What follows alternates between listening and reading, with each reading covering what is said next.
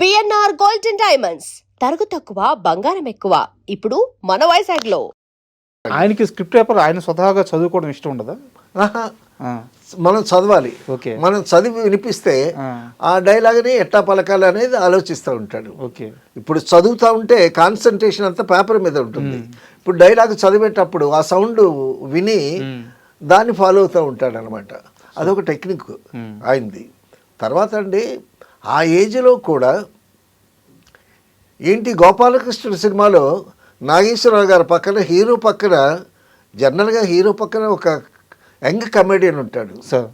ఈయన comedian. గోపాలకృష్ణుడు cinema చేశాను నేను.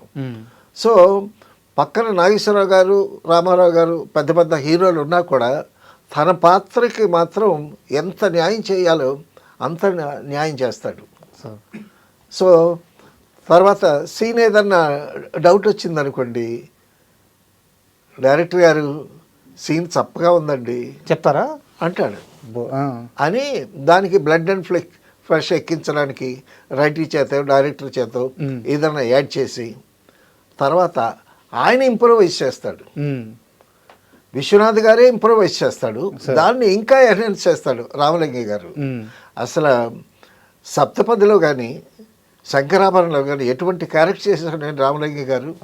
ఆయన కమెడియన్ అనుకుంటాం కానీ చాలా గొప్ప క్యారెక్టర్ ఆర్టిస్ట్. ఆయన కామెడీ చేస్తాడు, తర్వాత ప్యాథాస్ చేస్తాడు. ఎటువంటి క్యారెక్టర్ అయినా సరే అద్భుతంగా చేస్తాడు. శంకరాభరణంలో జేబీ సోమయాజుల గారి క్యారెక్టరు, జేబీ సోమయాజుల క్యారెక్టర్కి ఒక స్టైల్ ఆఫ్ మ్యానరిజం ఉంటుంది. డైలాగ్ చెప్పటంలో కానీ టీవీలో కానీ ఒకటే స్టైల్ ఉంటుంది. అల్లు రామలింగయ్యకి 2-3 కోణంలో యాక్ట్ చేస్తాడు. ఆ క్యారెక్టర్కే వేరియేషన్స్ ఉంటాయి. ఆ క్యారెక్టర్లో చాలా వేరియేషన్స్ యాక్ట్ చేసి చూపిస్తాడు. కామెడీ చేస్తాడు, తర్వాత అతన్ని గద్దించేటటువంటి సీన్లో యాక్ట్ చేస్తాడు, అతనికి భయపడేటటువంటి సీన్లో యాక్ట్ చేస్తాడు. మళ్ళీ ఫైనల్గా అతన్ని ఎడ్యుకేట్ చేసి ఎందుకురా నీకు ఈ నీ గానం నీ కూతురికి పెళ్లి చేయలేకపోయే నీ పాండిత్యం ఎందుకురా, నీ గానం ఎందుకురా అని ఇరగదీస్తాడు. అటువంటి క్యారెక్టర్స్ కూడా అద్భుతంగా చేస్తాడు. ఒకసారి అండి అల్లు రామలింగయ్య గారు మంచి పీక్ వచ్చిన తర్వాత ఆయన యాక్ట్ చేస్తుంటే ఏ మూమెంట్ చేసినా ఆడియన్స్ నవ్వుతున్నారని చెప్తున్నాడు. నేను ఏ మూమెంట్ చేసినా ఆడియన్స్ నవ్వుతున్నారు అని ఏడుస్తూ స్వాతంత్ర పోరాటం ఆ ఉద్యమంలో పాల్గొని జైల్లో ఉండేటప్పుడు ఒక్కడ పలకరించలేదు మమ్మల్ని, ఊరికే పిచ్చిగంతులు వేస్తే నవ్వుతున్నారు జనం అని సెట్లో ఏడ్చాడు. ఎంత బాధ ఉందో లోపల. తర్వాత ఆయన ఆర్టిస్ట్ అవ్వటానికి అంత ఎదగటానికి ఎంత మదన పడ్డాడో. తర్వాత ఆయన హోమియోపతి వైద్యం అనుకుంటా చేసేవాడు. వేషాలు వెతుక్కుంటూ ఆయన పర్సనాలిటీ ఒక పెద్ద పర్సనాలిటీ కాదు కదా, ఒక మాదిరి పర్సనాలిటీ. ఆ పర్సనాలిటీతో కామెడీ వేషాలు వేసుకుంటూ చిన్న చిన్న వేషాలు వేసుకుంటూ, ఎందుకు మగ మనసులో చిన్న వేషమే కదా. అవును. అందులో చేపలు పట్టే బోట్ నడిపేటటువంటి కో డ్రైవరు, అందులో డైలాగులు ఒక పక్క సొరచేపలు ఒక సప్ప తెరచాపలు అంటాడు. తెరచాపలకి సొరచేపలకి కాంబినేషను. అట్టా కొన్ని సొంతంగా ప్రయోగాలు చేస్తారు డైలాగులు. ఇదని కాదు, జనరల్గా ఆ విధంగా. తర్వాత ఎవరన్నా పెద్ద డైలాగులు చెప్పాడు అనుకోండి, ఓ ఓ ఓ అంటాడు, అది ఎగిరిపోద్ది. అవును. ఆయన్ని అల్లు రామలింగయ్య గారు ఎదురుగా యాక్ట్ చేయటానికి చాలా కాషియస్గా ఉండాలి. రావు గోపాలరావు కాంబినేషన్లో అద్భుతంగా చేశాడు. సత్యనారాయణ గారి కాంబినేషన్లో ఎవరితోనైనా సరే పక్కన అల్లు రామలింగయ్య గారు ఉన్నారంటే కొంచెం జాగ్రత్తగా, ఎందుకంటే మసాలాలు వేస్తాడు అని జాగ్రత్త పడేటాడు. ఎందుకంటే కామెడీ గబుక్కున ఆకర్షిస్తుంది కదా.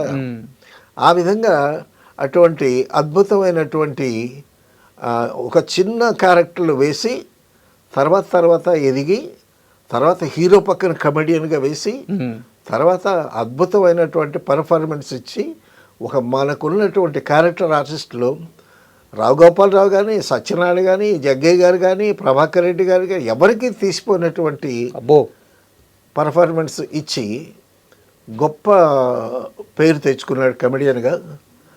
తర్వాత ప్రభుత్వం కూడా గుర్తించి ఆయన్ని పద్మశ్రీ పురస్కారం చేసింది. తర్వాత అండి చాలా నాన్ కాంట్రవర్షియల్ అయిన, ఎక్కడ విభేదించడు, ఎవరితోనూ విభేదించడు, ఆ మంచితనం కూడా ఉంది. తర్వాత చాలా కష్టపడి వచ్చాడేమో పాలకొల్లు నుంచి నాటకాలు వేసుకుంటూ సినిమా ఫీల్డ్కి వచ్చి చిన్న చిన్న వేషాలు వేసి ఎదిగినవాడు.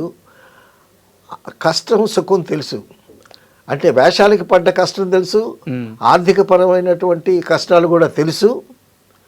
ఒక సినిమాలో ఒక ప్రొడ్యూసర్తో